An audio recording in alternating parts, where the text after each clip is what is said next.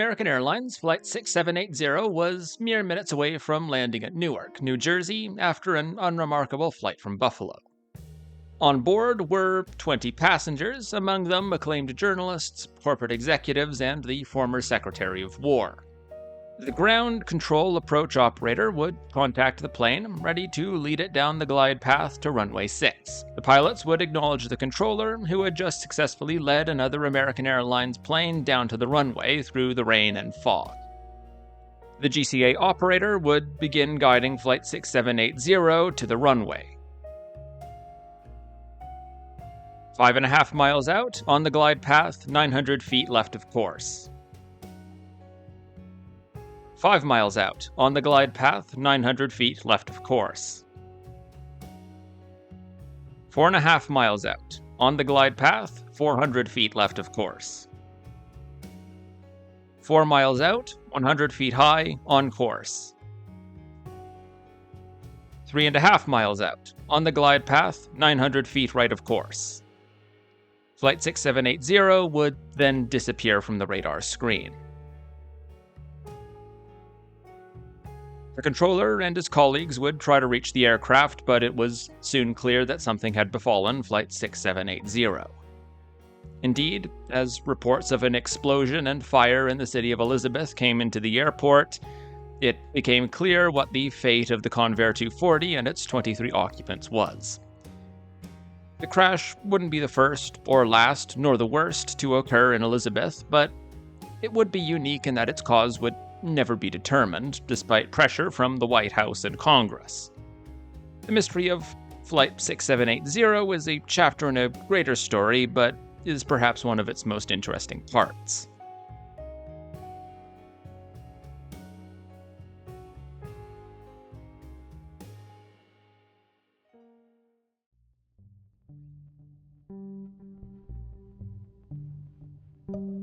In late January of 1952, the Second World War was still a recent memory in the United States. It was a little over a month since the 10-year anniversary of the attack on Pearl Harbor that had brought America into the war, and the president who ended it, Harry S. Truman, was still in office. Despite its recency, many in America were still looking to move on. Outside of Hawaii, there was surprisingly little interest in the anniversary of Pearl Harbor in the rest of the United States. As for Truman, who had ascended to the presidency after Franklin Roosevelt died a few months into his fourth term and had won an unexpected second term in 1948, he would soon be leaving office. The previous year, Congress had ratified the 22nd Amendment, preventing any president from serving more than 2 terms. A grandfather clause allowed Truman to serve more than 2 terms, but by early 1952 this was unlikely, as he was highly unpopular by this point in his presidency. It seems that the present and the near future were of greater interest to the average American. A new president would be elected in November, with numerous Democrats and Republicans vying for their party's nomination. This shift towards the future seems to have been mirrored in other countries as well. In the UK, the revolutionary de Havilland Comet was nearing the end of its development, and in mere months would enter service, paving the way for the eventual dominance of jets among the world's airlines. This would be dampened somewhat as King George VI was in declining health and would pass away in early February. The Korean War was still ongoing, though by this point it had devolved into a stalemate with neither side being able to beat the other. These were still the early days of the Cold War as the US struggled to contain their former ally, the Soviet Union. Though most Americans were moving on from the cataclysmic war that had concluded less than a decade earlier, there were still unavoidable reminders found in daily life. Many within the Republican Party were unsatisfied with the current contenders for that party's nomination and were trying to draft Dwight Eisenhower, former commander of Allied forces in Europe, to run in that year's election. This movement was rapidly gaining steam in early 1952 and would eventually succeed in its goal, with Eisenhower agreeing to run for the Republican nomination soon after. He would go on to win both the Republican nomination in July and the presidency in November, alongside running mate and future president Richard Nixon. In the UK, famed wartime Prime Minister Winston Churchill was settling back into the office of Prime Minister after defeating the Labour Party the previous October. While the soon-to-be infamous Comet would pave the way for a new generation of airliners, the current generation were deeply steeped in the era of the Second World War. From the incredibly popular DC-3, which had served with distinction during the war, to the sleek Lockheed Constellation, that had initially seen use as a wartime military transport prior to becoming a successful airline. Even aircraft developed after the end of hostilities were still closely connected to it, using technology and equipment developed during the war. On the morning of January 22nd, one such aircraft was boarding passengers in Boston for a routine flight to Chicago. American Airlines Flight 780 would depart at an unknown time that morning.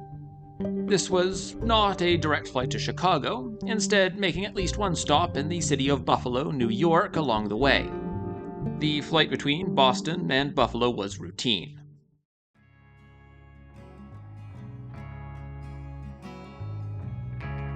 Flight 780 was operated by American Airlines, one of the longest-running airlines in the United States. The company was founded in 1930, originally named American Airways. It would be renamed to American Airlines in 1934. The airline would play a major role in the creation of the DC-3, one of the most famous airliners of all time. They would be the first to fly the DC-3 in 1936, enabling American Airlines flights to make a profit without having to carry mail. American would introduce the concept of the airline lounge in 1940, with the exclusive Admirals Club in the newly constructed New York LaGuardia Airport. American would also introduce the first scheduled cargo service in 1944. The airline would rapidly grow to become the largest in the country and one of the largest in the world. American was at the time the largest of the big four airlines, the others being United Airlines, Trans World Airlines, and Eastern Airlines. By the end of the war, American was well known for its cross-country flights, connecting the East and West Coasts at a speed never previously seen. In the post-war years, the airline would branch out. It would begin operating transatlantic flights shortly after the end of the war and would attempt to move into the Mexican airline market. Given the large size of the airline, a wide variety of aircraft would be used. In 1952, these would include the Douglas DC-3, DC-4, DC-6, and the Convair 240. It was one of these final aircraft that was performing the flight between Boston and Chicago.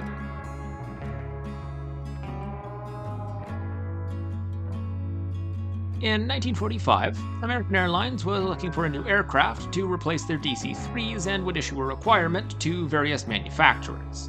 Of course, while producing a new series of aircraft for one of the largest airlines in the world was a highly lucrative endeavor in and of itself, replacing the DC-3, one of the most successful airliners in history at that time, would have been an even greater success.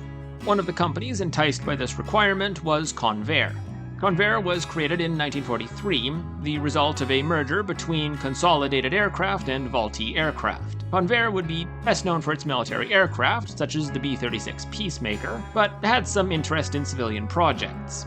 They would produce the Convair 110 in accordance to American's requirement, which first flew in July of 1946, but American was unsatisfied. By this time, they had amended the requirement, insisting that the aircraft be pressurized. They also considered it to be too small for their uses. Convair would return to the drawing board and would modify the design to fit American's amended requirement. Less than a year later, on March 16, 1946, the prototype for the Convair 240 would make its first flight. This aircraft had a fuselage length of 74 feet 8 inches and a wingspan of 91 feet 9 inches, being similar in size to the DC-3.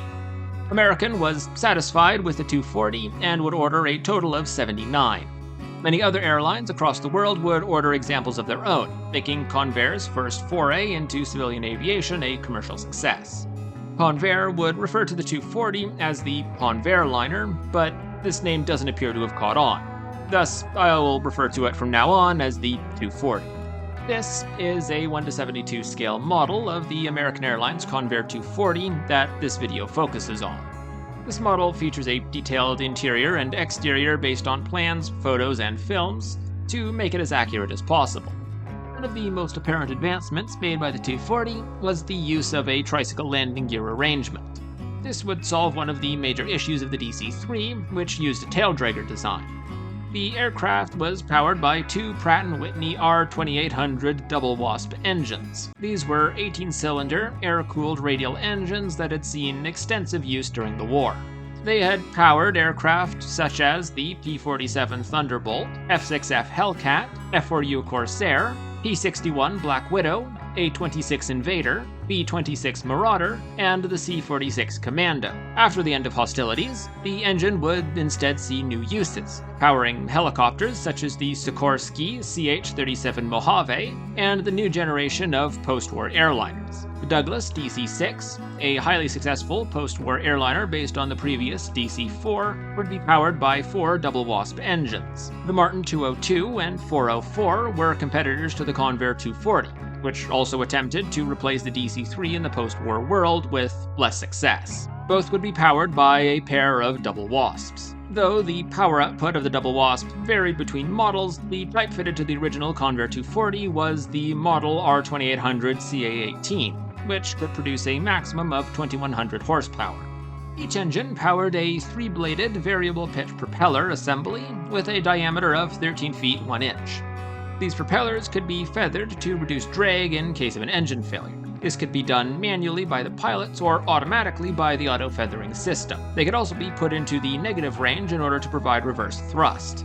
This would assist the aircraft in slowing down when landing. Behind the engines, on the wings, a set of flaps could be extended as far as 32.5 degrees to provide additional lift during takeoff and landing.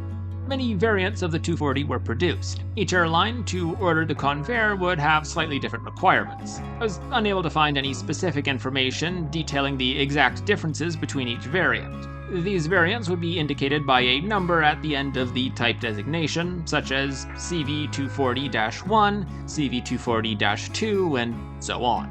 The one area where clear differences could be seen between variants was the interior. All Convair 240s would be crewed by 2 pilots and 1 flight attendant with a maximum capacity of 40 passengers. In order to board these passengers in a quick and convenient manner, some 240s came equipped with an onboard air stair that could be deployed by the crew from within the aircraft. This would allow for a faster boarding process and enable the 240 to operate at smaller airports that didn't have their own boarding facilities.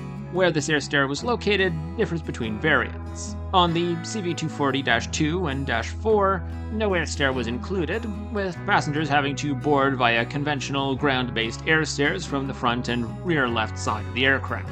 On the CV240-1, -5, and -12, a ventral stairway located in the tail of the aircraft would be where passengers boarded, an interesting new feature which would be used in many other designs over the following decades. Lastly, variants, such as the CV240-3, would be accessed via a folding air stair fitted on the front right side of the aircraft. American Airlines did not operate any of the specific variants listed here. As the first customer, they would only operate the first variant, the CV240-0. I was unable to find any specific plans or interior photographs of the -0 variant. Based on the wealth of photographs of American Airlines' vast fleet of 240s, it would appear that the -0 variant was very similar to the -3 variant. At the very rear of the fuselage sits a baggage hold, accessed by a door on the right side of the aircraft. Immediately ahead of the rear baggage hold is a cramped space that contains the galley, lavatory, rear exit, and flight attendant's jump seat. Most of the fuselage is occupied by the passenger cabin, where up to 40 passengers could sit. 5 emergency exits, 2 on the left and 3 on the right, would enable passengers to evacuate in an emergency. Forward of the passenger cabin is the forward baggage hold, located under the floor and accessed via a pair of small hatches on the left side of the aircraft. The area above it is also dedicated to baggage, being home to large luggage racks, a coat rack, and the air stairs. Passengers would typically enter and exit the aircraft from here. Head of the forward baggage compartment lies the cockpit. This is another small cramped space, home to the 2 pilots. Between the pilots and the baggage compartment, a jump seat and the radio rack can be found. This contained all of the communication and radio equipment needed by the pilots. In addition to communication radios, the 240 was also fitted with ADF receivers to assist with navigation, and ILS equipment which would allow the pilots to follow a glide slope to assist in landing during poor weather. The specific Convair 240 operating Flight 780 between Boston and Chicago on January 22, 1952, was registered November 9er 4229er, though American Airlines named it Flagship Baltimore. It was manufactured by Convair in 1948 and had spent its entire career with American. It would accumulate a total of 6,633 flight hours, all of which appear to have been uneventful. The only photograph I was able to locate prior to January 1952 was taken on June 27, 1950, at Chicago Midway Airport, the intended destination of Flight 780. On January 22nd of 1952, though, Flagship Baltimore would never reach Chicago.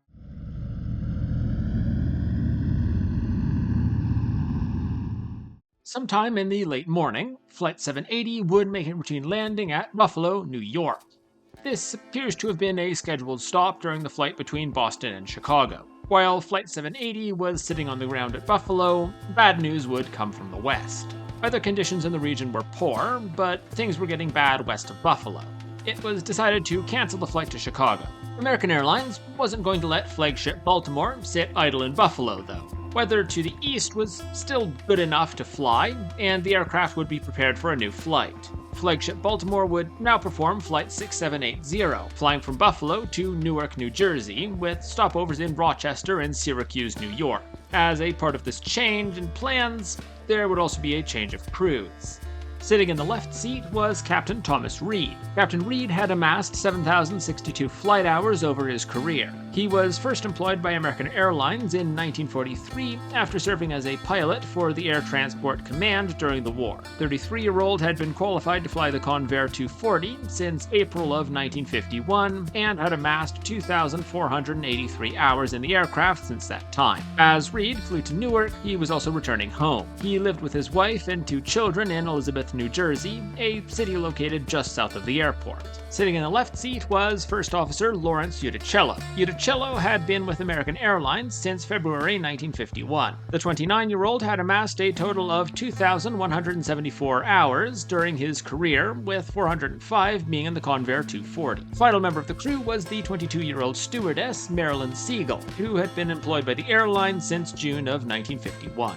Among those to board the aircraft in Buffalo was former Secretary of War Robert Patterson. Born in Glen Falls, New York in 1891, he would go on to receive a law degree from Harvard. He was a decorated veteran of the First World War, being awarded a Distinguished Service Cross, Silver Star, and Purple Heart during his service in Europe. After the war, he would return to work as a lawyer until being appointed to the U.S. District Court for Southern New York by President Herbert Hoover in 1930. Despite being a Republican, President Franklin Roosevelt would promote him to the Second Circuit Court of Appeals in 1939. In July of 1940, Roosevelt would offer him the position of Assistant Secretary of War.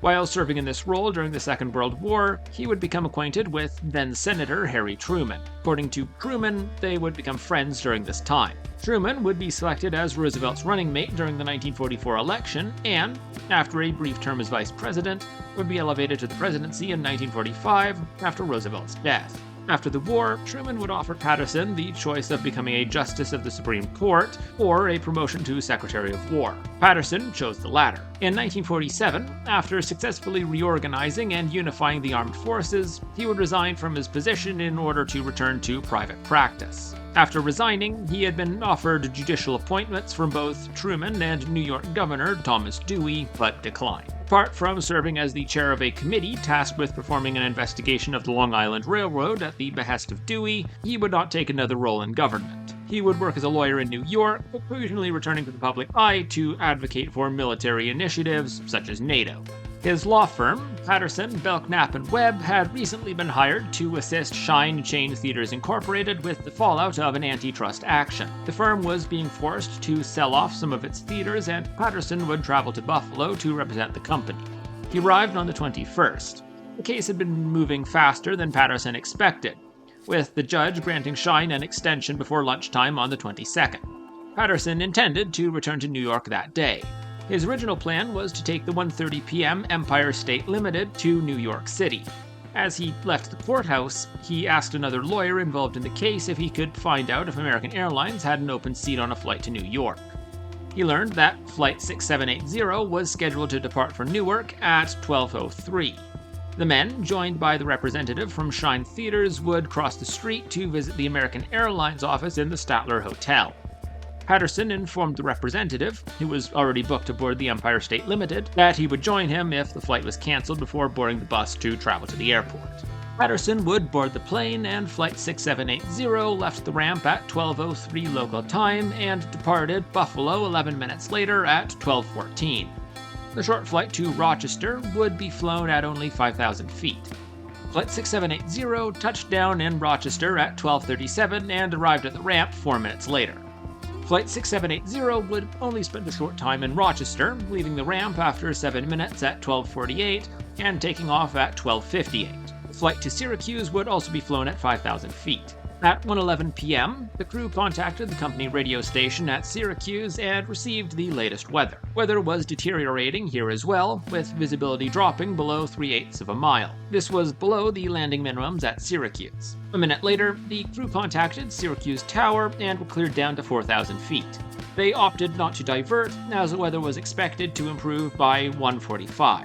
Flight 6780 would enter the hold at 1:18 p.m. The weather would improve faster than expected, with the aircraft being cleared to land around 1:30. This landing was performed using the airport's Instrument Landing System, or ILS. The pilots were able to successfully perform the landing at 1:34 p.m. and arrived at the gate at 1:39.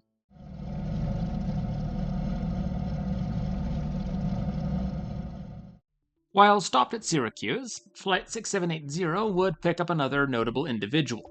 John Chester was first hired by the Associated Press in 1929 to help staff their Washington bureau. In 1936, he would be promoted to head of the AP's Boston bureau. He would go on to serve as a foreign correspondent in Europe and the Near East. During the war, he would serve as the AP's Cairo bureau chief. He would later be promoted to general business editor at the AP. He would leave the AP to serve as the director of public relations at the Carrier Corporation, an air conditioning equipment company based out of Syracuse. He was traveling alongside the company's sales manager and the executive assistant to the president on company business. Stop at Syracuse would be a bit longer than the others. Captain Reed left the aircraft to visit the company's office at Syracuse. There, he would check the weather for the final leg to Newark and would inform the company agent that he intended to carry out the flight as planned. While on the ground, the aircraft was filled with 340 gallons of fuel. It was now carrying a total of 900 gallons. Flight 6780 would be carrying 20 passengers, 85 pounds of mail, 112 pounds of air express, and 400 pounds of ballast. The gross weight of the aircraft was 38,852 pounds. 936 pounds under the maximum allowable weight of 39,788 pounds. The alternate airports for the final leg of the flight would be in Albany, New York, and Windsor Locks, Connecticut. Flight 6780 left the ramp at 1:51 and departed from Newark at 2:01 p.m.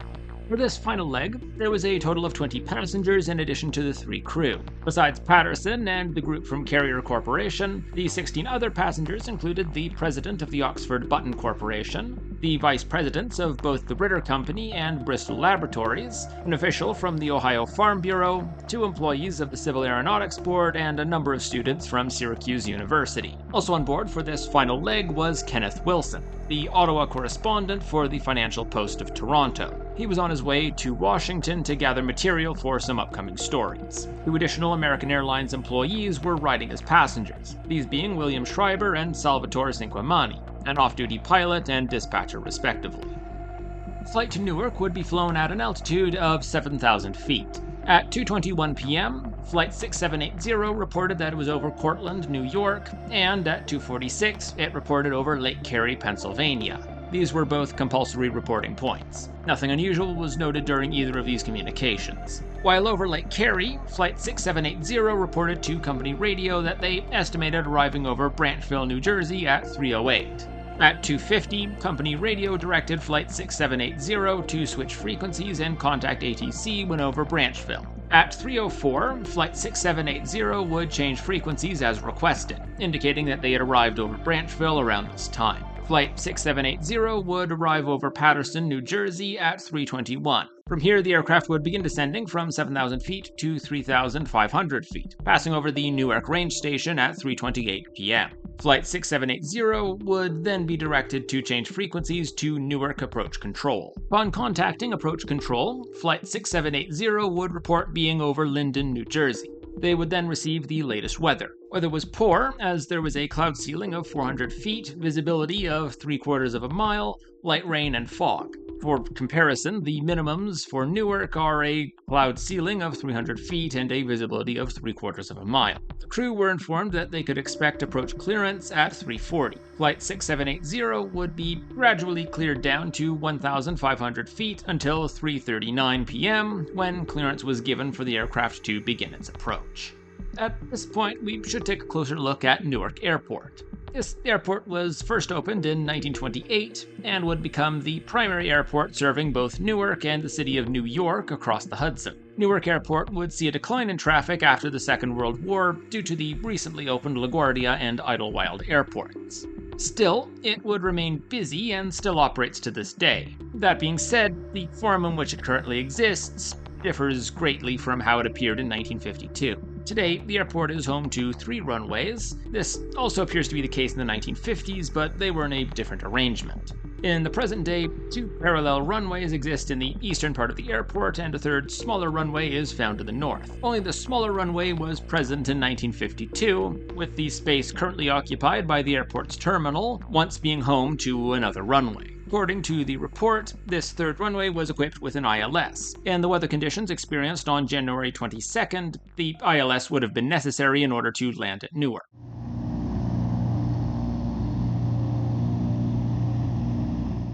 By 3:41, Flight 6780 was inbound from Linden towards the airport. The aircraft would be landing on runway 6. The crew would make a final change of frequencies.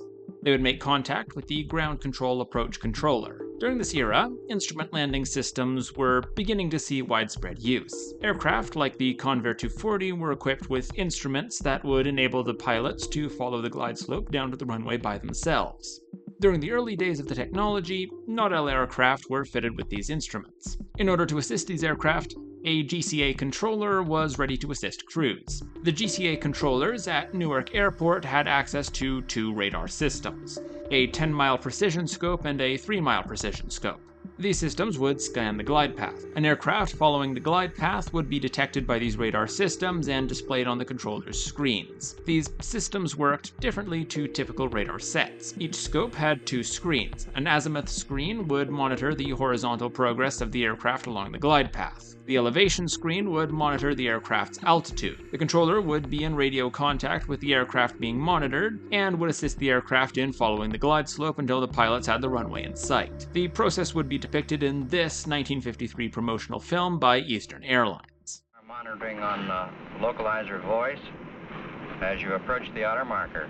By means of this radar, the GCA controller sees the approaching plane as a bit of light moving on his scope and can direct it safely to the airport.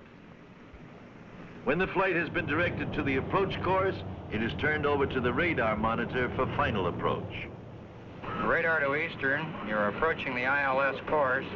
Turn to a heading of 247, and I'm turning you over to the radar monitor for final approach. This is radar monitor. Etched right on the scope is both glide path and localizer, and any deviation can be detected and measured in feet. You are 4 miles from the end of the runway. 200 feet to the right, of course, but correcting nicely. Your glide path is good.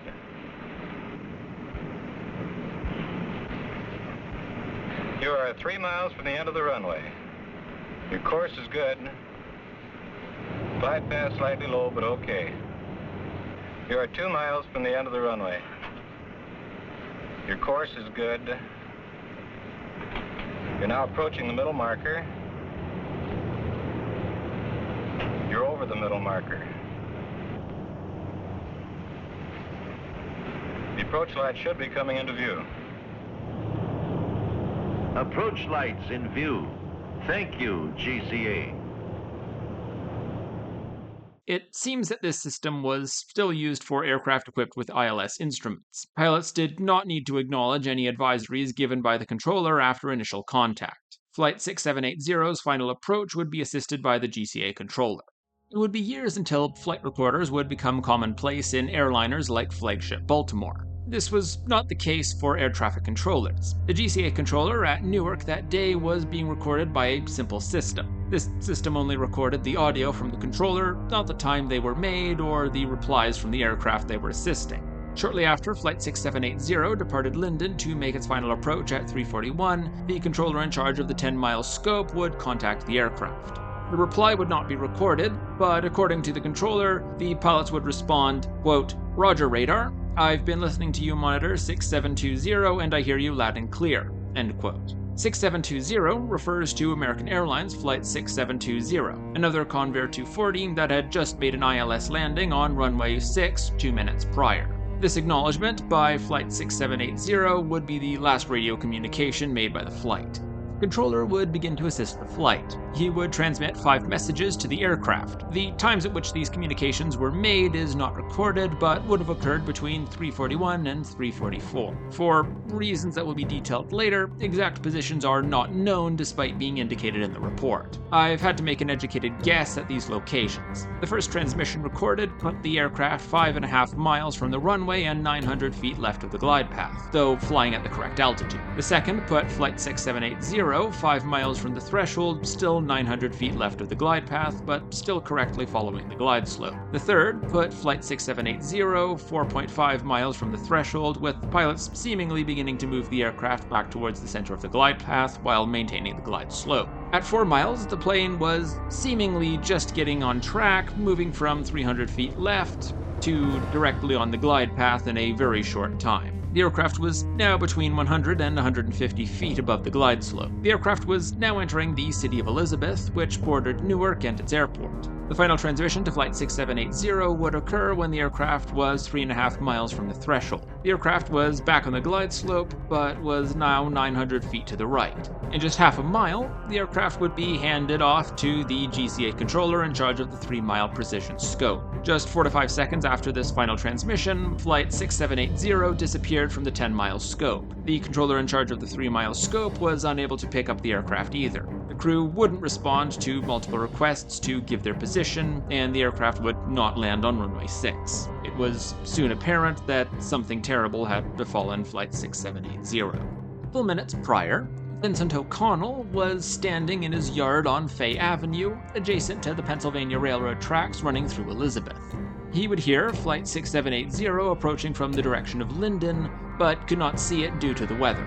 Seconds after first hearing it, O'Connell would hear some sort of loud blast or backfire coming from the aircraft. He later told investigators that one of the engines sounded like it was working properly while the other was not. A few seconds after the first blast, another was heard. Flight 6780 sounded as though it had begun heading to the right and was now approaching O'Connell. Due to the low cloud ceiling, O'Connell couldn't actually see the aircraft, but as it roared above him, it emitted another blast. This time, O'Connell saw a bright yellow flash come from the fog above him. As the aircraft flew away from him, the struggling engine finally seemed to quit or get shut off. More power would then be applied to the remaining engine in a desperate attempt to avoid disaster. This final action would not prevent the aircraft from slamming into a couple of buildings on the intersection of Williamson and South Street, exploding on impact at 3:44. Flight 6780 came down on top of 306 and 310 Williamson Street, narrowly missing Baton High School, which had dismissed classes minutes earlier. 10 local schoolboys were visiting the candy shop located on the main floor of 310. When the aircraft crashed, they were thrown to the floor. The boys, along with the shop owner, would escape from the building just before the flames would consume it. The residents of nearby buildings would flee into the street, some seriously injured. One woman would be pulled from her kitchen in 306 by John Mannion and John Long, 2 patrolmen who were the first to reach the scene of the disaster. The rest of her family would not be so lucky. 6 people in 306 were missing, presumed dead during the initial rescue efforts.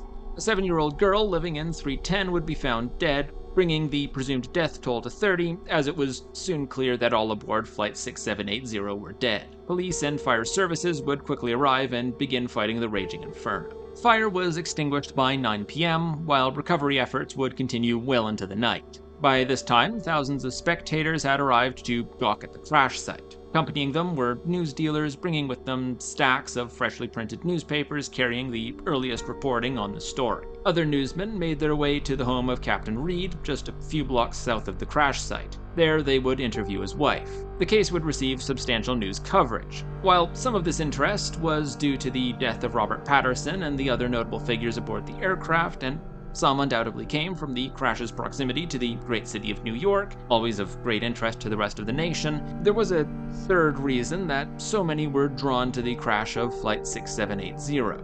The tragedy on Williamson Street was not the only one to befall the city of Elizabeth in the previous weeks, nor was it even the worst.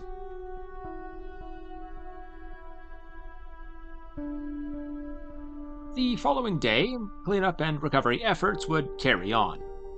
By this time, news of the death of Robert Patterson had reached Washington. Various members of the U.S. military command would offer their condolences, from Secretary of Defense Robert Lovett to Chairman of the Joint Chiefs of Staff Omar Bradley. Former Secretary of State and Defense George Marshall, namesake of the Marshall Plan, under which Western Europe would be rebuilt after the war, also offered his condolences. Among the many individuals and organizations to mourn Patterson's death was President Truman, who described him as a great American and great public servant. The Civil Aeronautics Board, or CAB, would need to perform an investigation into the accident. There was a great deal of pressure on the CAB to find the cause of the crash, not just from the public, but from members of government. For the end of the day, on the 22nd, Elizabeth Mayor James Kirk had already called for Newark Airport to be shut down. Representative Clifford Chase would announce his intention to call for a special committee to investigate the airport's operations. Both of New Jersey's senators, Robert Hendrickson and Howard Smith, would announce their intention to propose a similar investigation. Officials from the Civil Aeronautics Administration would soon arrive on the scene. There was a good reason that so many figures in the local area wanted an investigation of the airport in addition to the crash of Flight 6780.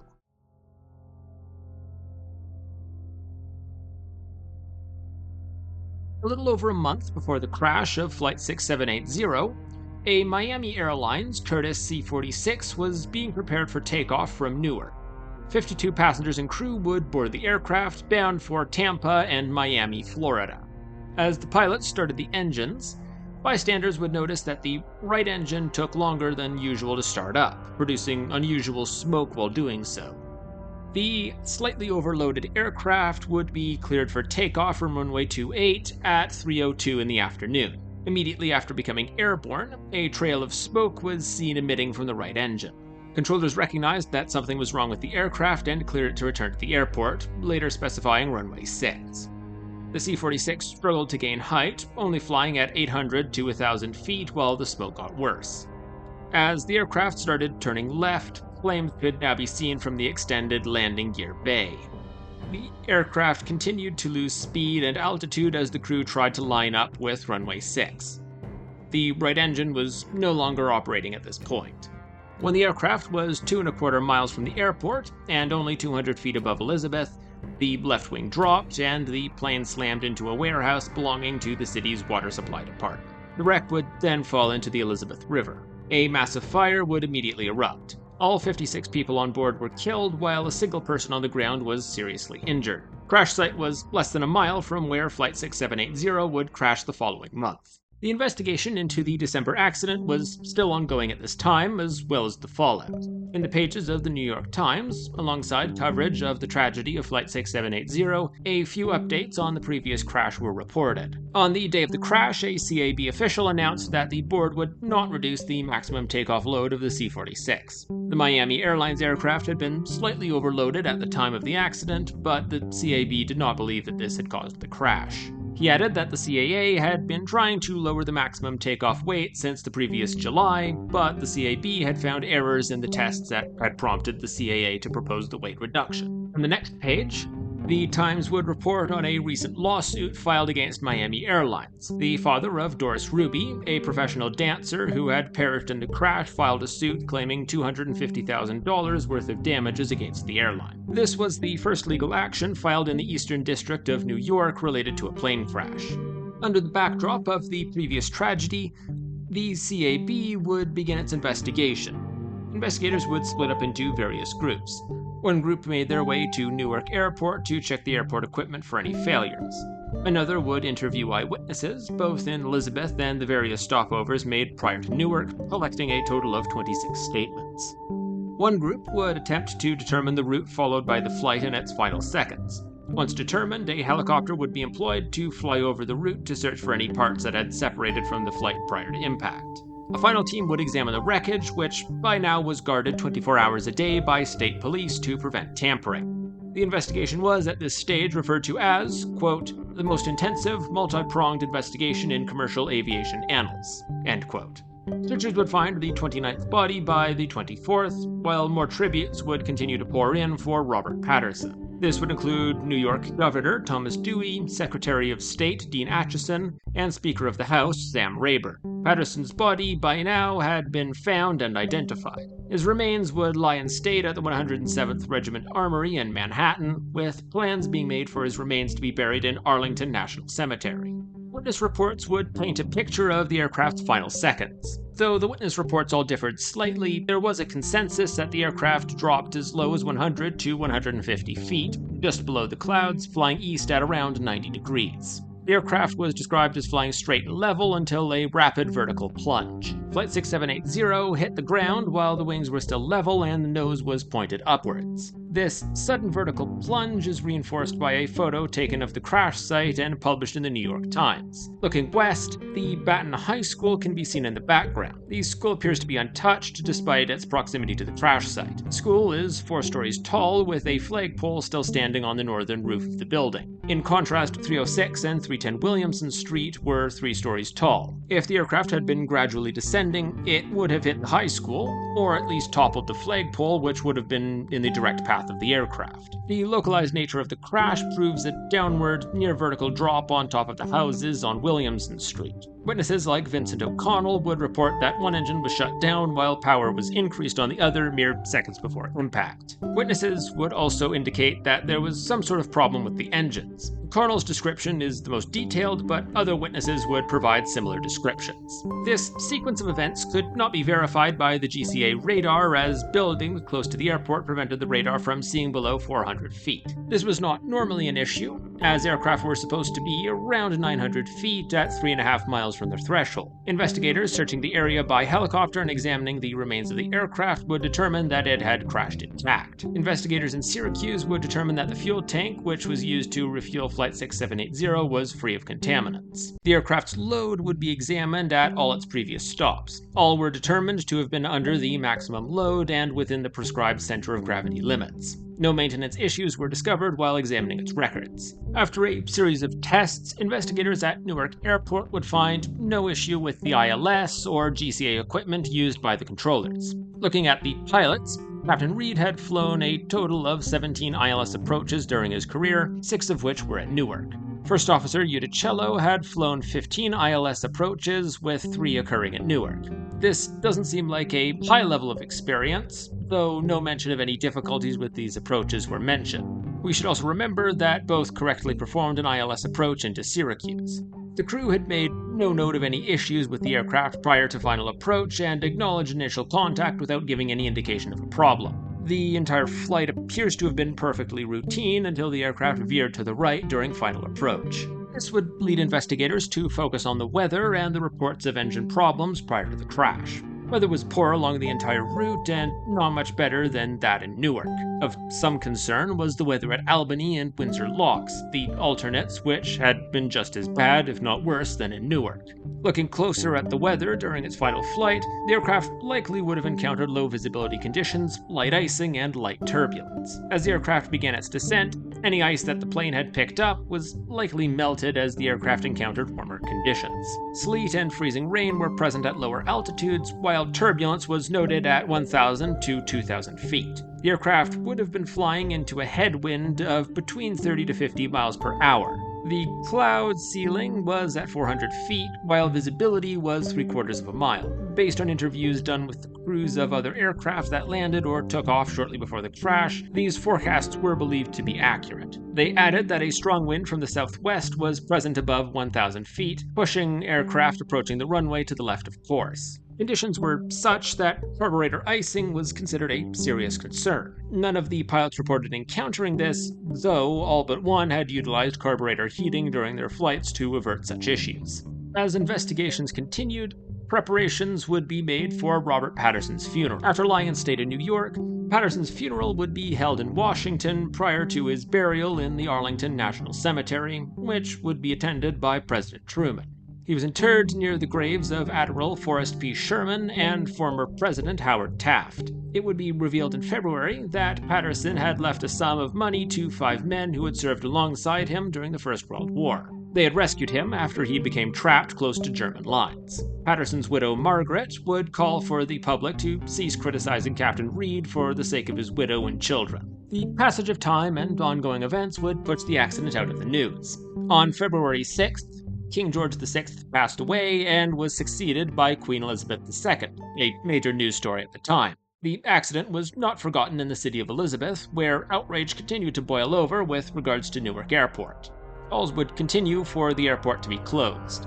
The airport did remain open despite this, and it was under this tense atmosphere that National Airlines Flight 101 arrived at Newark.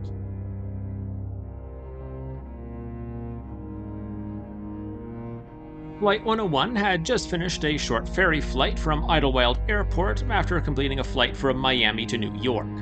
The Douglas DC-6 arrived at Newark at 11:35 and would be boarded by 59 passengers in addition to 4 crew already on board. The aircraft would line up on runway 24 and would depart from Miami just after midnight on February 11th. The takeoff appeared normal until it veered to the right and began to lose altitude. The crew would tell the ground that they had lost an engine. The flight was cleared to land on runway 6. Nothing else would be heard from the flight as it continued to lose altitude until crashing at 12:20, just 2 minutes after takeoff. Flight 101 would crash into an apartment block located on Salem Avenue, narrowly missing an orphanage. 4 residents in the apartment building would be killed, while the others narrowly escaped from the flames.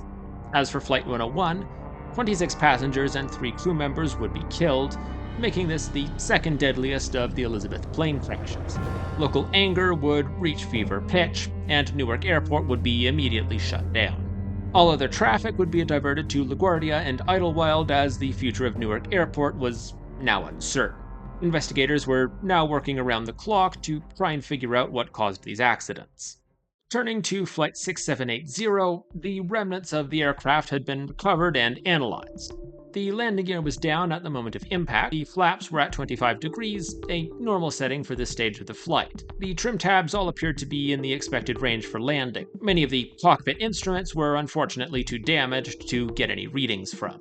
The report would include an attachment that indicated the movements of Flight 6780 during its final approach, but here we encounter a problem. There are 2 attachments at the end of the report. The one we are looking for is Attachment 1. Looking at what is supposed to be Attachment 1, it quickly becomes clear that this is not the correct document. This is instead Appendix B from a different accident report. This originally came from the final report for the crash of American Airlines Flight 151 on June 22, 1951. This aircraft had crashed near Monrovia, Liberia, while trying to land, killing all 40 occupants. In the Pan Am report, Appendix B is missing, while Appendix A remains where it's supposed to be. I've seen issues like this with at least one other CAB report. The crash of Pan Am Flight 151 in Liberia occurred while the aircraft was attempting to land on June 22nd. The crash of Flight 6780 also occurred while landing, this time on January 22nd. I think that these similarities may have resulted in some sort of mix-up. They didn't get swapped, as Attachment 1 isn't in the Pan Am report. Most likely it has been mixed up with some other attachment and is sitting in one of the hundreds of unrelated reports that I haven't checked. Based on old photos, the GCA transmissions, a drawing from the Miami Airlines report, and adjustments for magnetic declination, I was able to create a reasonable approximation of the final moments of the flight in Google Earth. This indicates that the aircraft was slightly to the left of course until veering to the right. The investigators believed that the accident sequence began shortly before the final screen observation by the GCA controller, somewhere between GCA messages 4 and 5, flying at 900 feet. In a span of 4 to 5 seconds, the aircraft must have dropped at least 500 feet in order to no longer be visible on radar. For this to occur, the plane would have descended at a rate of approximately 6,000 feet per minute, which is highly unusual. The most likely cause for such a descent is unsymmetrical thrust, reinforced by the numerous witness reports indicating an issue affecting only one of the engines. Nothing unusual was reported from the rest of the aircraft, focusing the investigation on the engines. Some alternative explanations, such as flap asymmetry, were explored but ruled out. While a failure of the right flaps may create an uncontrollable right turn, this doesn't fit with the evidence of the crash. Fuel incapacitation was also ruled out, as both pilots were young and in good health. In relation to the engines, the possibility of a bird strike was considered but ruled out, as no trace of bird remains could be found in the aircraft's wreckage. Study of the propellers would produce some interesting results. Both propeller governors were set to run at 2,270 RPM. There was a difference between the propeller pitch angles, though. The left-hand propellers were set to 33 degrees, while the right-hand propellers were set to 41 degrees. The settings of the governors and the left propeller were considered normal for a Convair 240 during approach. The right-hand propeller setting, however, was too high. The 41-degree setting was considered evidence of engine surging, which would have caused massive fluctuations in engine power. If this was occurring, the governor would automatically adjust the propeller pitch to compensate. This would also produce the aforementioned thrust asymmetry and a turn to the right. The possibility of thrust reversal in flight was investigated. Reverse thrust should only have been used on the ground to slow the aircraft. Usually, a solenoid would prevent the propellers from being moved into the reverse position unless sufficient weight was applied to the landing gear. A key handle in the cockpit allowed the crews to activate this system manually. Still, it could not have been used while in the air. This was indicated by a placard in the cockpit and reinforced by American Airlines operating manual, which directed crews to verify that the handle was stowed prior to landing. The propellers were in the positive range at the time of the accident, not the negative position. This theory was ruled out. In the end, investigators were left with a single theory. Weather conditions in the Newark area were ideal for icing. A particular form of icing was of interest. Carburetor icing occurs when ice builds up in an aircraft's carburetor. It can be particularly insidious when the aircraft is on approach. At a low power setting, the ice will build up, but not necessarily cause a problem. If the pilots try to increase power, however, this could cause power surging. If the right engine encountered this issue, it could explain the crash of Flight 6780. There is a serious issue with this theory. The Convair 240, like many aircraft of the era, was fitted with carburetor heating to prevent such an occurrence. Carburetor icing conditions were likely present below 4,000 feet. American Airlines Operation Manual called for pilots to check for carburetor icing conditions prior to turning inbound at Linden while landing at Newark. Nearly every pilot who landed at Newark that day used carburetor heating, including American Airlines Flight 6720, whose pilot told investigators that he had followed company procedure. In addition to the carburetor heating system, a secondary alcohol-based system provided extra de-icing capability if needed. Given the pilot's experience, it was considered unlikely that they would have failed to activate the carburetor heating system. The only evidence that they did not was the backfire and surging of the right engine prior to impact. This does not explain why the left engine was seemingly unaffected. Ultimately, when the final report was released on April 28, 1952, the probable cause would only be a sentence long, declaring that, quote, "The board determines that there is insufficient evidence available at this time upon which to predicate a probable cause," end quote. They had been unable to find any fault by the pilots, American Airlines, Convair, or the Newark airport. The report did criticize American Airlines for its choice of alternates, both of which were below minimums at the time of the flight, thus making them unsuitable. This did not cause the accident, as there was enough fuel on board for the aircraft to return to Syracuse or fly somewhere else. As best as the investigators could tell, 2 experienced and competent pilots departed Syracuse at 2:01, performed a perfectly routine flight over New York, Pennsylvania, and New Jersey, before making a routine call to the GCA controller at 3:41. 3 minutes later, all 23 occupants would be dead.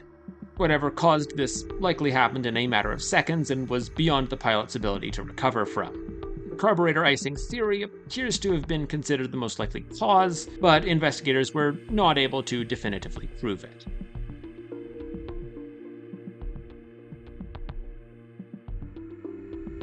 The residents of Elizabeth were already hostile towards Newark Airport.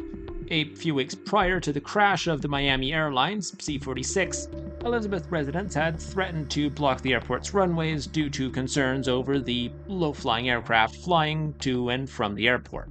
These sentiments were, of course, greatly inflamed after the C-46 crashed.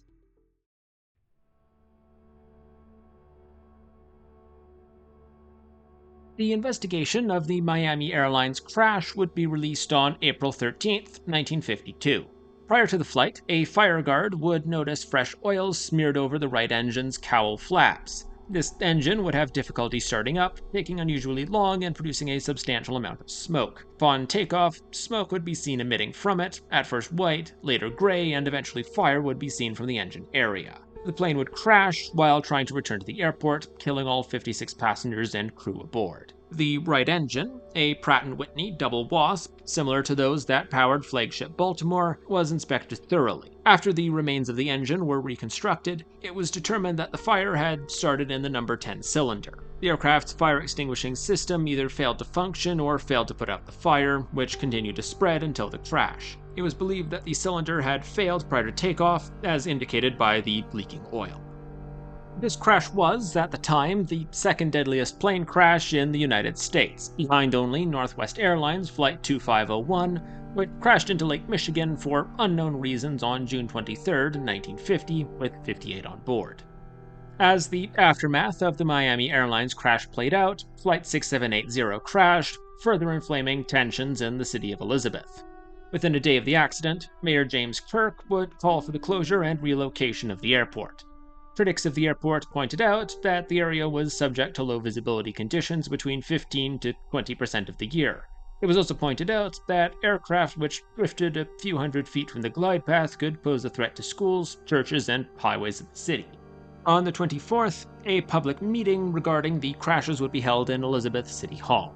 The meeting would be punctuated by various calls to shut down the airport and for protesters to block the airport's runways. By this point, state and federal politicians were paying close attention to the case. A House of Representatives investigating committee would arrive at the crash site of Flight 6780 on the 28th.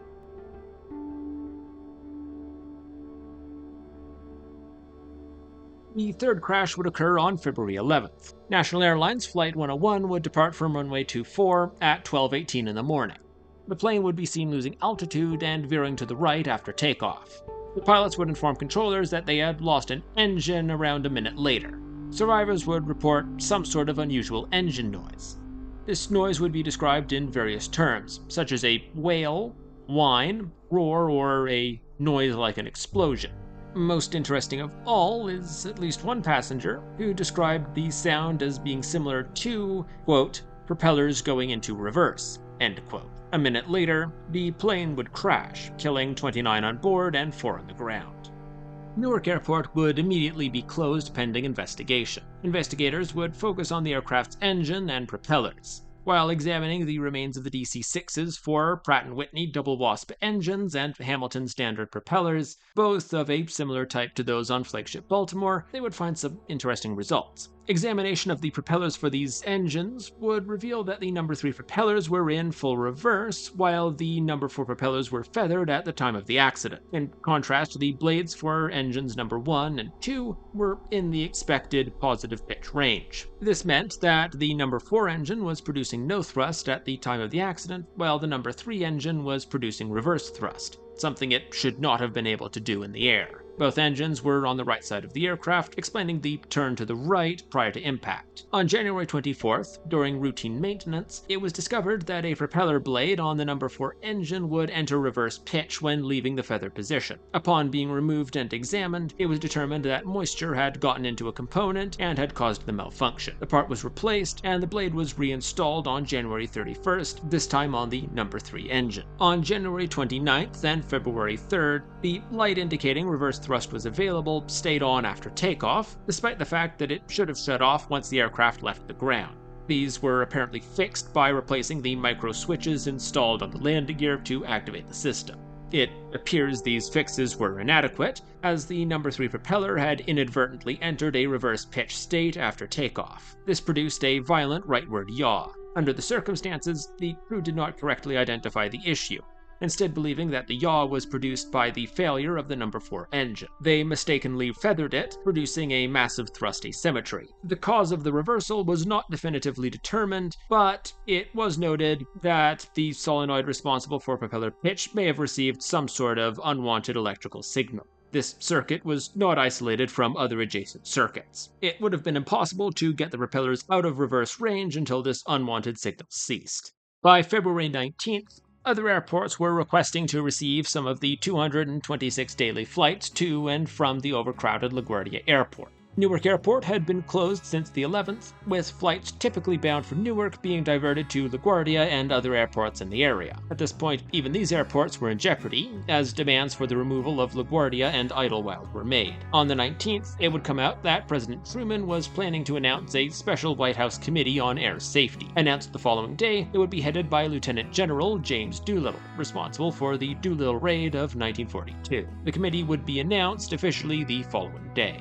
Headed by Doolittle and assisted by Charles Horn, Administrator of Civil Aeronautics, and Dr. Jerome Hunziker, head of the Department of Aeronautical Engineering at MIT, the committee's report would be concluded on May 16, 1952. Truman directed the committee to study the location of airports all over the U.S. The report would recommend the use of single or parallel runway airports instead of the all-way airport configuration commonly in use. These airports were commonplace as they allowed aircraft to land no matter what direction the wind was coming from without having to deal with crosswinds. The report pointed out that specialized crosswind landing gear was already available and in use. The advantage of single runway airports was that takeoffs and landings would only be conducted over 2 narrow zones, while the multi-runway model would spread traffic over a wide area. It was recommended that these narrow zones be 6,000 feet wide, with local authorities ensuring that no tall buildings or places of assembly like schools and churches are built in this area. It would also be concluded that the threat posed by aircraft to those on the ground was being overblown. Between 1946 and 1951, 85 people on the ground were killed in various plane crashes, with 19 of those fatalities occurring in a single accident when a stunt plane crashed into a crowd at Flagler, Colorado in 1951. For comparison, a total of 570,000 were killed as a result of all transport accidents during this period. Most of these fatalities occurred in automobile or train accidents. It was also pointed out that aviation was the safest method of transport when compared with rail and road transport. The report would make 25 recommendations. While some would address complaints of those living near airports, like recommendations 17 through 19, which called for noise reduction measures around airports, those calling for the removal of airports would be unsatisfied. Recommendation 6 would quash these demands, emphasizing that existing airports should remain in operation. The story of the fight over Newark Airport would come to an end on May 16th. It was expected that Doolittle and his colleagues would submit their report to the president and speak of their findings at noon, but the day prior, another committee would announce its own findings. Eddie Rickenbacker, First World War hero and president of Eastern Airlines, was also the head of the National Air Transport Coordinating Committee. This had been formed after the crashes in Elizabeth and consisted of various representatives from the civil aviation industry. Rickenbacker would announce that the committee had come up with an 8-point flight program, which the airlines had agreed to follow. This committee came to similar conclusions to Doolittle. On the same day as the Doolittle report was delivered, the final report on the crash of Flight 101 would be released. While the report heavily hints that he and his colleagues did not think that Newark Airport needed to be removed, Doolittle would make his own opinion clear. When asked by the press, he would say that the airport was safe, a sentiment shared by Horn and Rickenbacker. He would go further, implying that it should be reopened. He would say, quote, "The likelihood of them ever happening was extremely remote, and the likelihood of them happening again is extremely remote. Newark itself, judged by all the safety standards of other airports, is a safe airport." End quote. Putting his opinion more simply, quote, "The Newark Airport has had a most unusual accumulation of luck." End quote. Looking at these 3 crashes, it's difficult to find any commonalities between the accidents besides the obvious. Flight 6780 was the only one to crash while landing, and the only one to occur while weather was severe enough to have a possible effect on the accident. Only Flight 101 had any survivors, while the Miami Airlines crash was the only one to have no ground fatalities. Both the Miami Airlines C-46 and Flight 101 were on their way to Florida. The only relevant factor that connects all 3 aircraft is the use of the Pratt & Pratt & Whitney double Wasp engine and Hamilton standard propellers, and the fact that the engine or propeller problems were responsible for each accident. In the case of the C-46, it was an engine fire. For Flight 6780, it was surging and backfiring for unknown reasons. For Flight 101, it was the uncommanded reversal of the number 3 propellers, exacerbated by the pilot's failure to correctly diagnose the issue. None of these failures were in any way caused by the airport, its environment, or its employees. The only questionable decision made by the Newark Airport management was allowing Flight 101 to take off from runway 24. After the accident, it was decided that runway 10 should have been used, which would have taken the aircraft out over Newark Bay. The New York Times would incorrectly report that the aircraft took off from this runway as intended, but it would later be learned that the aircraft had taken off from runway 24 instead due to the presence of a 6-mile-per-hour headwind coming from the south. Politicians in New Jersey had been trying to have the airport removed, or at least have the closure continued. This was popular amongst the residents of Elizabeth, who enjoyed the peace and quiet. Both politician and citizen alike were upset by the conclusion of the Doolittle report. They vowed to continue opposing the airport, but would ultimately fail.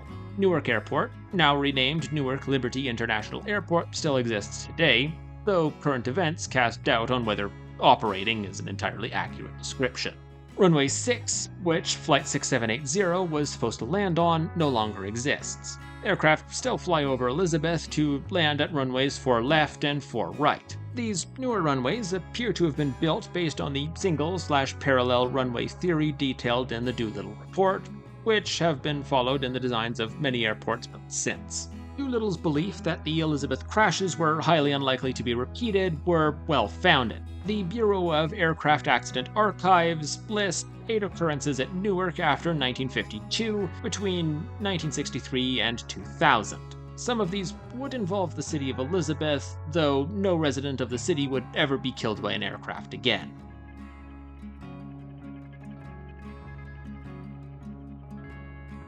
Returning to Flight 6780, this accident remains unsolved, despite most of the necessary evidence required to solve it being present. The available evidence points towards some sort of issue with the right engine, with carburetor icing considered the most likely cause. To help with further analysis, I decided to examine other accidents that may have had some relevance to the case. I have divided these into 5 categories. First, crashes involving Newark Airport, excluding the Miami Airlines and Flight 101 accidents. Second, crashes involving American Airlines. Third, crashes involving the Convair 240 family, specifically the Convair 240, 340, and 440 equipped with the double Wasp engine, as opposed to the turboprops found on later models. Lastly, I will look specifically at crashes caused by carburetor or engine icing.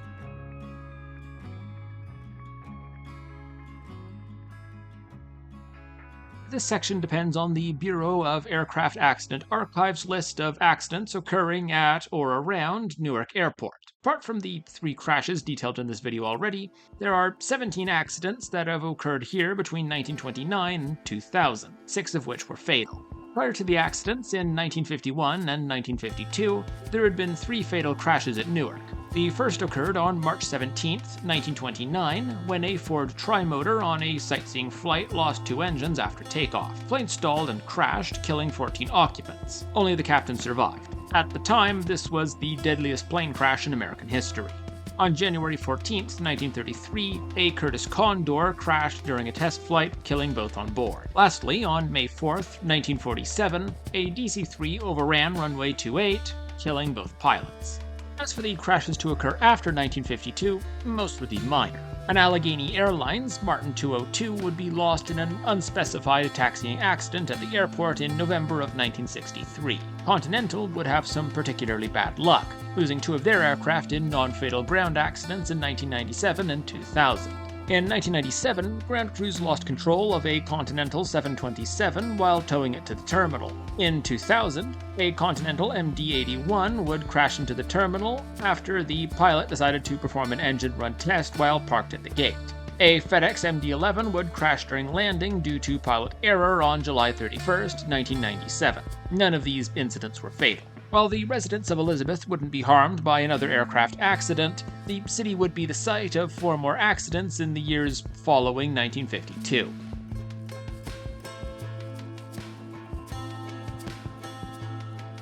first would occur on July 28, 1966, when another C-46 with only 2 crew on board was forced to make a crash landing after losing the left engine immediately after takeoff from runway 22. The pilots were able to avoid any populated areas, crashing in a field near Port Elizabeth. Both pilots would survive.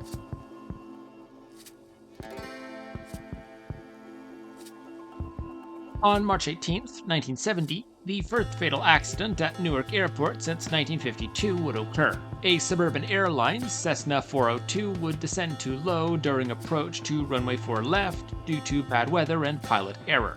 The aircraft would crash into a natural gas storage tank in Elizabeth, killing all 4 on board. The New York Times would provide additional detail, placing the crash at the end of Geneva Street. The occupants were returning home to Red Bank, New Jersey after a trip to Canada. The victims included the president of the airline, who was flying the plane, and 2 executives from Rowan Industries of Oceanport, New Jersey.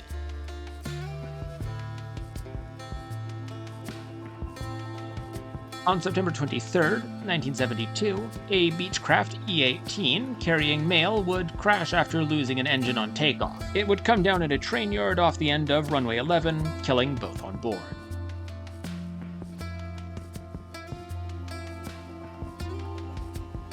Lastly, on March 30, 1983, a Learjet 25 crashed when landing on runway 4 right. On landing, the jet bounced and rolled over, killing both crew members. The cause was determined to be pilot error. The co-pilot was medicated, and both were believed to have used marijuana prior to the flight. None of these accidents appear to be particularly relevant to the case of Flight 6780 beyond geographic proximity. This seems to reaffirm the belief that there was nothing uniquely dangerous about the design of Newark Airport.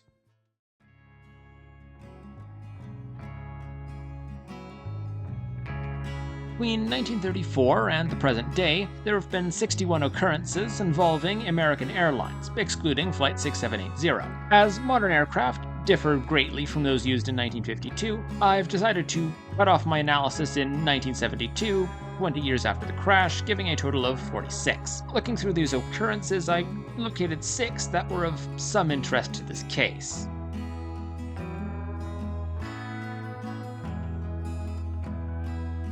On March 6, 1934, a Fairchild Pilgrim was flying between St. Louis and Chicago.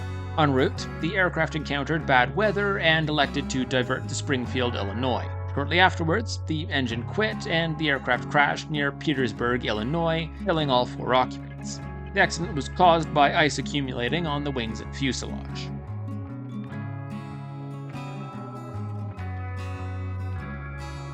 Months later, on December 28th of the same year, a Curtiss Condor was flying between Syracuse and Albany, New York in heavy snows.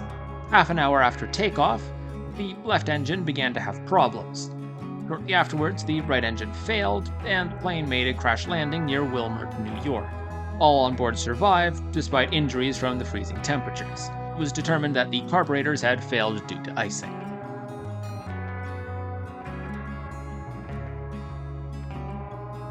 On October 30th, 1941, a DC-3 operating Flight 1 was flying from New York City to Chicago with stopovers in Newark, Buffalo, Detroit, and South Bend. The aircraft was adequately maintained per American Airlines records. Weather was poor, being only slightly better than that seen on January 22, 1952.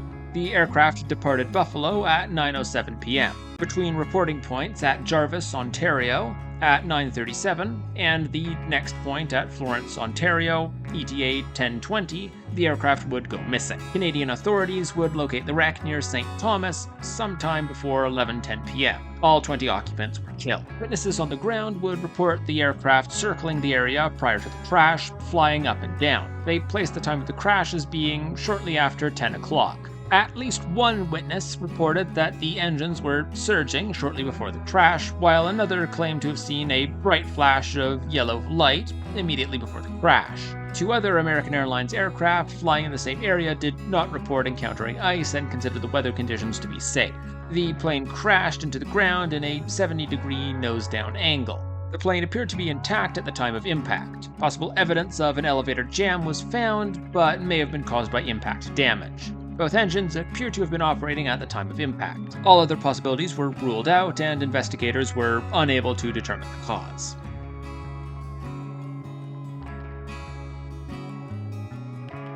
On October 15, 1943, American Airlines Flight 63, a DC-3, was flying between Cleveland, Ohio and Memphis, Tennessee, with stopovers in Columbus, Dayton, Cincinnati, Louisville, and Nashville. The aircraft departed Nashville at 10:48 p.m. At 11:17, the captain would make a frantic call on the radio, shouting loudly. No one was able to discern what he was saying. Another frantic, incomplete message was sent, and nothing more was heard. The wreck was found by a farmer the following morning near Centerville, Tennessee. All 11 on board were killed. Analysis of meteorological reports from the day of the accident and witness interviews would lead investigators to blame the crash on severe icing, possibly including carburetor icing, which rendered the aircraft unable to maintain altitude.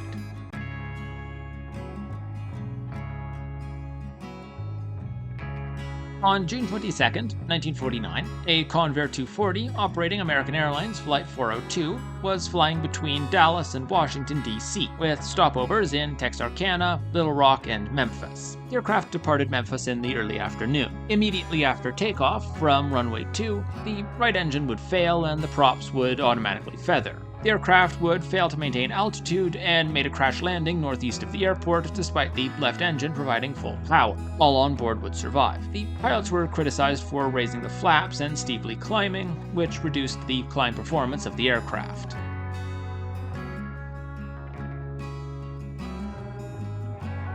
On September 16, 1953, a Convair 240 operating American Airlines Flight 723 departed Boston for Chicago, with stopovers in Hartford, Connecticut and Albany, New York. The landing at Albany was delayed due to bad weather. Weather seems to have been similar to that encountered by Flight 6780. Runway 19 was in use and Flight 723 was cleared to land at around 9:20 a.m., but had to abort due to a malfunction of the flaps. Multiple aircraft had been forced to go around, including another American Airlines Convair, due to the weather.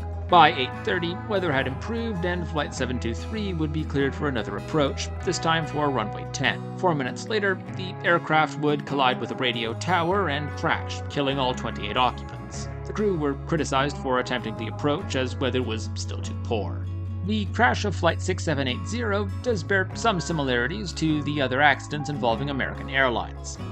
The two accidents that seem most interesting in relation to Flight 6780 are the Wilmert crash and Flight 1. The fact that the Curtiss Condor involved in the former lost its engines at different times is interesting. While I would have assumed that both engines would be similarly affected by icing, this event suggests otherwise. The fact that only the right engine malfunctioned on Flight 6780 caused some confusion, but this earlier accident seems to increase the credibility of the carburetor icing theory.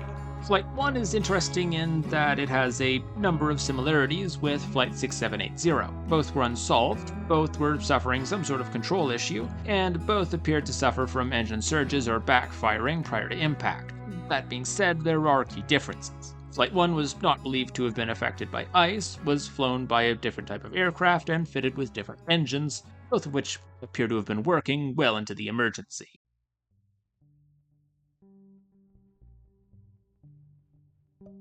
The next category to be covered is accidents involving the Convair 240 family. There are a great many occurrences involving the type, but only a couple appear relevant to the case of Flight 6780.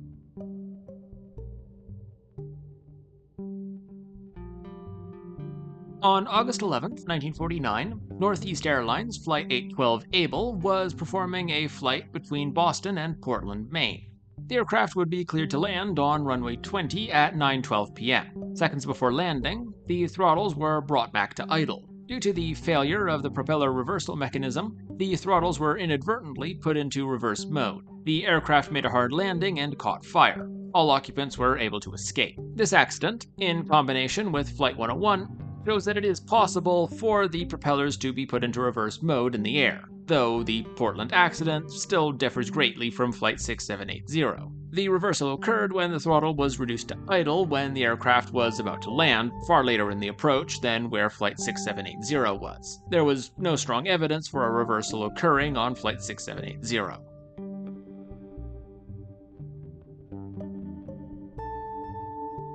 On February 26, 1954, Western Airlines Flight 34 departed Los Angeles for Minneapolis with stopovers in Las Vegas, Cedar City, Salt Lake City, Casper, and Rapid City. The aircraft departed Salt Lake City at 8:50 in the morning. Weather was poor over Wyoming, with Casper being closed as the aircraft was headed there. The crew elected to continue on to Rapid City.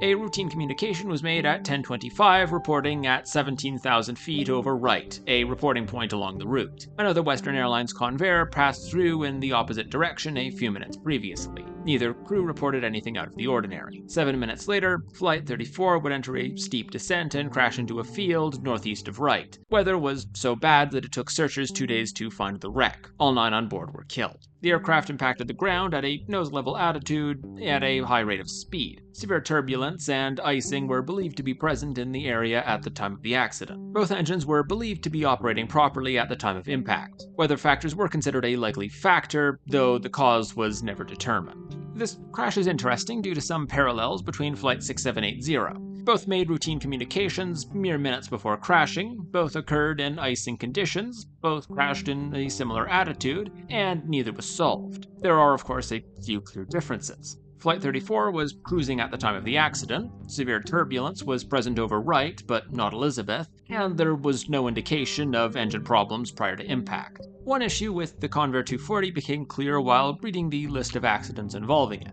There are numerous occurrences of Convairs crashing after losing an engine at low altitude, even with a properly functioning engine remaining and the affected prop feathered. Things certainly don't get better in situations where the prop wasn't feathered, like on Flight 6780. The previously mentioned crash of American Airlines Flight 402 in Memphis is a pretty good approximation of these many accidents.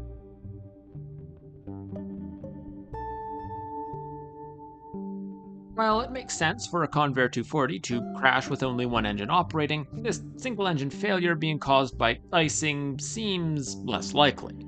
Both engines, being on board the same aircraft, should have been experiencing the same conditions and been similarly affected by any icing. A look through ASN's list of occurrences involving icing seems to confirm this, as a number of cases in which aircraft lose power on all engines due to ice are listed, but there are still a few cases that complicate this analysis and potentially reopen the possibility of icing causing the crash of Flight 6780.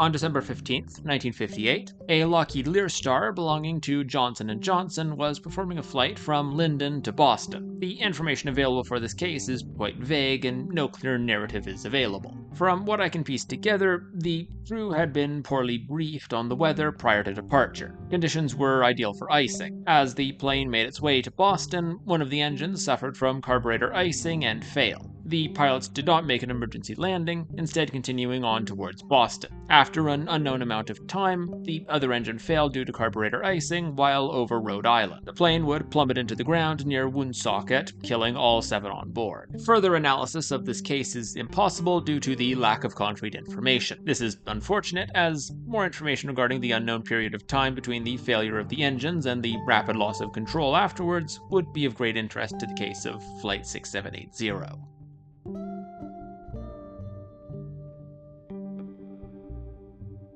On October 7, 1978, a Yak-40 operated by the Kazakh division of Aeroflot attempted to depart Sverdlovsk. For unknown reasons, the pilots failed to turn on the engine de-icing system prior to takeoff. The aircraft would take off despite poor performance from all 3 engines. Less than a minute after takeoff, Engine 1 would fail due to icing. The other 2 engines would continue operating, but at a reduced performance level. A combination of the engine issues and overloading would cause the jet to crash into a wooded area near the airport, killing all 38 on board. Though this accident involves a jet aircraft, this still serves as an example of engines not shutting down simultaneously. Though all 3 engines were affected by ice, only Engine 1 failed during the brief flight. This aircraft was overloaded, while Flight 6780 was not, though it was almost fully loaded.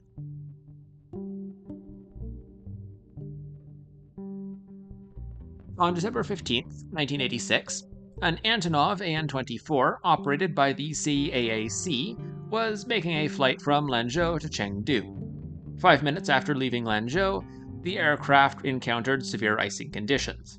The right engine failed due to icing and was successfully feathered. The pilots attempted to land back at Lanzhou, but lost control and crashed near the airport 30 minutes after takeoff. 6 of the 44 occupants were killed. It appears that, despite the severe icing conditions, the left engine remained operational for the rest of the flight. As this is China, information is sparse. No explanation is given for why only the right engine failed during the flight, while the left engine was able to keep the aircraft in the air for another 25 minutes. An explanation isn't necessary for our purposes, only the knowledge that such a situation is possible, though it would have been useful.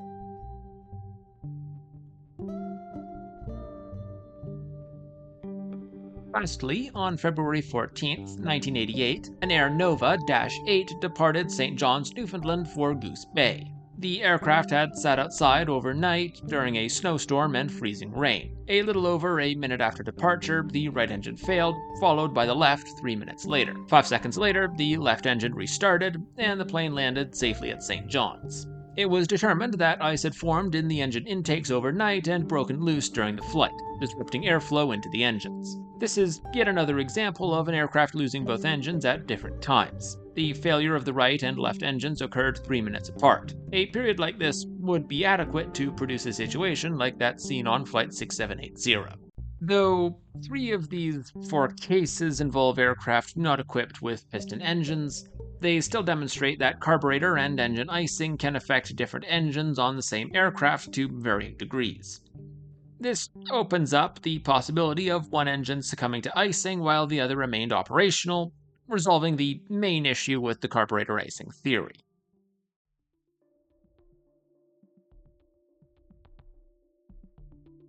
There isn't much reason to analyze the other theories put forward in the case, more than we already have. Most, if not all, are easily disproven. No evidence of a malfunction of Newark Airport's ILS and GCA equipment was found. Neither would an error in the altimeter pressure setting. Weather conditions and a lack of bird carcasses ruled out a bird strike. Flap asymmetry was explored, but no evidence of a failure in the flap system could be discovered, and such an asymmetry would have become apparent prior to this point in the flight. Though inadvertent propeller reversal was also considered, neither propeller was in reverse pitch at the time of the crash, unlike what was seen on Flight 101. Any sort of crew incapacitation was ruled out as both pilots were young and healthy. Sabotage was never even considered, nor was there any need to. None of the evidence available points towards anything suspicious. While the presence of a former Secretary of War and a number of business executives might raise some suspicions, it should be noted that this was a period when air travel was much more exclusive. A natural result of this would be a disproportionate number of notable and powerful people flying, especially on a flight like 6780, which connected upstate New York to Newark, just across the Hudson from New York City, one of, if not the most important urban areas in all of the United States. It's hard to believe that a few executives from an air conditioning company would be the targets of some assassination plot. Even Patterson, the former Secretary of War, was an unlikely target. He had voluntarily resigned from his position to return to private practice after a short but successful time in the office overseeing the immediate post-war years. Patterson was still clearly held in high regard by prominent figures like President Truman and Governor Dewey, who both tried to appoint him to various positions after his resignation. At the time of his death, he had been hired by a theater chain to assist with the aftermath of an antitrust action, hardly something worth killing over. He had only boarded the aircraft at the last minute, having planned to take the Empire State Limited. Lastly, attempting to murder someone on an airplane by means of sabotaging an engine is a clearly flawed method. While the plane crashed and killed everyone on board, this was far from guaranteed in the case of some sort of sabotage, especially if it had occurred earlier in the flight. All evidence points towards the crash of Flight 6780 being entirely accidental. To be more specific, the available evidence points towards carburetor icing being the cause of the crash. The surging and backfiring reported by witnesses is in line with what would be expected from carburetor icing. The course of the aircraft and pitch setting of the right propeller both indicate that this was isolated to the right engine. A plausible scenario for how the final minutes of American Airlines Flight 6780 played out goes as follows. Nothing unusual occurred prior to the crew contacting the 10-mile scope operator at 3:41 p.m. Multiple aircraft had taken off or landed at Newark prior to this time, with all but one using carburetor heating to prevent icing. No additional info was given on this lone aircraft that didn't use carburetor heating, though it can be presumed that nothing befell it. The report considered it unlikely that the crew had failed to switch on carburetor heat, as the airline's manuals called for this under these conditions, and Flight 6720 had done so a few minutes prior and landed without incident. Either the report's confidence in the pilot's diligence with regards to following company procedure was misplaced, or some sort of issue occurred with the carburetor heating system that prevented it from doing its job. As the plane lined up with the glide path, it would have encountered strong southeasterly winds above 1,000 feet. This pushed the aircraft left of course. These winds were perpendicular to the aircraft's right side. I would be curious to know if this might have worsened any carburetor icing experienced by the right engine, while the left was sheltered from these winds by the fuselage. I'm not sure if this would be possible. Regardless, these southeasterly winds pushed the aircraft left of course as it was about 5 miles from runway 6. The GCA controller informed the crew of this, and they may have begun turning right to get back on the glide path. Perhaps while doing this, or because of some turbulence which was present in the area, they increased power. At this point, the right engine began to surge and backfire. By this point, the gear was down and the flaps extended to 25 degrees while the aircraft was flying at a low speed. The issues with the engines at such a low speed would make the aircraft difficult to control. The Convair 240 was fitted with an auto-feathering system which was supposed to be active during every takeoff. The Convair 240 manual doesn't mention if this system was supposed to be active during the landing phase as well. The manual appears to indicate that the system was activated based on RPM dropping below a certain range. A surging engine was not functioning properly, but wasn't necessarily producing a low RPM. Thus, the system may not have worked, and the propeller remained unfeathered. The pilots would have to feather the propeller manually, which they may not have had the chance to do. This entire emergency happened in a very short period of time. With the aircraft descending rapidly and losing speed, the pilots identified the right engine as being responsible for the crisis and shut it off. Alternatively, it may have quit on its own, though the immediate increase of power after the shutdown may suggest a deliberate action. The remaining left engine would be increased to maximum power. At this point, the aircraft was at a dangerously low speed. The Convair manual includes various charts listing safe and unsafe speeds at certain gross weights. It is important to remember here that the aircraft had a gross weight of about 36,200 pounds. The chart listing critical engine failure speeds during takeoff indicates that the aircraft would have to be traveling a bit faster than 110 knots to stay in the air. In contrast, the landing speed was around 105 miles per hour, while the zero thrust stall speed was around 90 knots with flaps at 23 degrees. When the right engine was shut off, it obviously would have ceased to produce any power, while the right propeller was unfeathered and producing substantial drag. This could have finally pushed the aircraft below stall speed as it passed over Baton High School, despite the efforts of the crew to keep it in the air. The plane stalled as indicated by the nose-high attitude on impact. At only 100 to 150 feet above the ground, recovery was impossible. The plane dropped near vertically on top of 306 and 310 Williamson Street, exploding on impact and killing all 23 passengers and crew on board, in addition to 7 on the ground. The explosion and subsequent fire melted any evidence of carburetor icing. Thus, investigators had no ability to prove that the accident was caused by carburetor icing despite the substantial evidence pointing towards it. I see no reason to disagree with the suspicions of the CAB with regards to the crash of American Airlines Flight 6780.